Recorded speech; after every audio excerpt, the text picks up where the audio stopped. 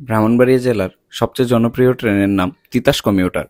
এই ট্রেনটি প্রথম চালু হয় ২০১৩ সালে বাংলাদেশ রেলওয়ের একটি বড় পদক্ষেপ হিসেবে।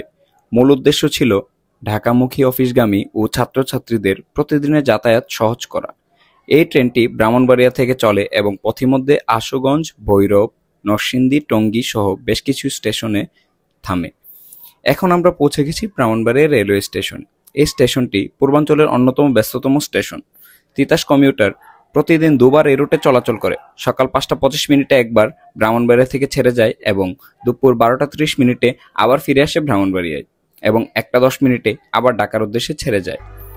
এই ট্রেনটির সবচেয়ে বড় বৈশিষ্ট্য হচ্ছে এর টিকিট ভাড়া কম, তাই গরিব ও মধ্যবিত্ত যাত্রীদের জন্য এটি ভরসার নাম।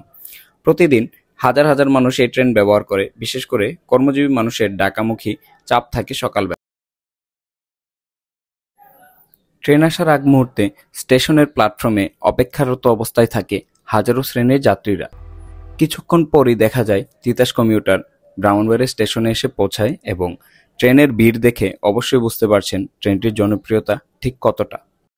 ট্রেনটি স্টেশনে ঢোকা মাত্রই হাজারো মানুষের ভিড় লেগে যায় স্টেশনে।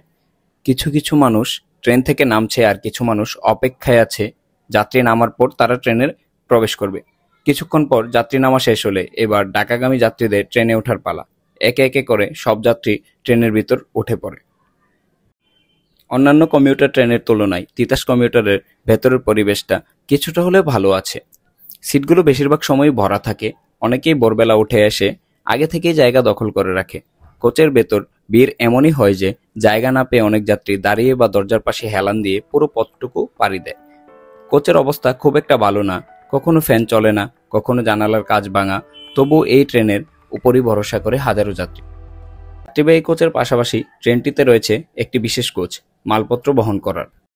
যেহেতু ট্রেনটি ঢাকার দিকে যাবে তাই কিছুক্ষণ পরই ট্রেনের কোচ থেকে ইঞ্জিনটি খুলে আলাদা করে ফেলা হয় এবং ট্রেনের ইঞ্জিনটি ঘুরিয়ে দেওয়া হয়।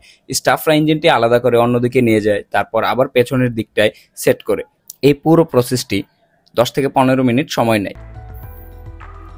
এইবার ট্রেনে ইঞ্জিন যুক্ত করার পর সম্পূর্ণ ট্রেনটিকে ১ নম্বর লাইন থেকে ৪ নম্বর লাইনে নেওয়ার জন্য সম্পূর্ণ ট্রেনটিকে পিছনের দিকে নিয়ে যাওয়া হয়।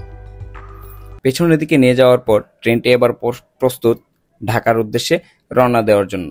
এই ট্রেন শুধু এক স্থান থেকে আরেক স্থানে যাওয়ার মাধ্যম না, এটা গ্রামের মানুষের স্বপ্ন ছোঁয়ার পথ, শহরমুখী জীবনের প্রতিদিনকার বাস্তবতা। এভাবেই প্রতিদিন সকালবেলা শুরু হয় এই ট্রেনের ব্যস্ততম জার্নি, যার প্রতিটি স্টেশনে লুকিয়ে আছে শত শত মানুষের গল্প।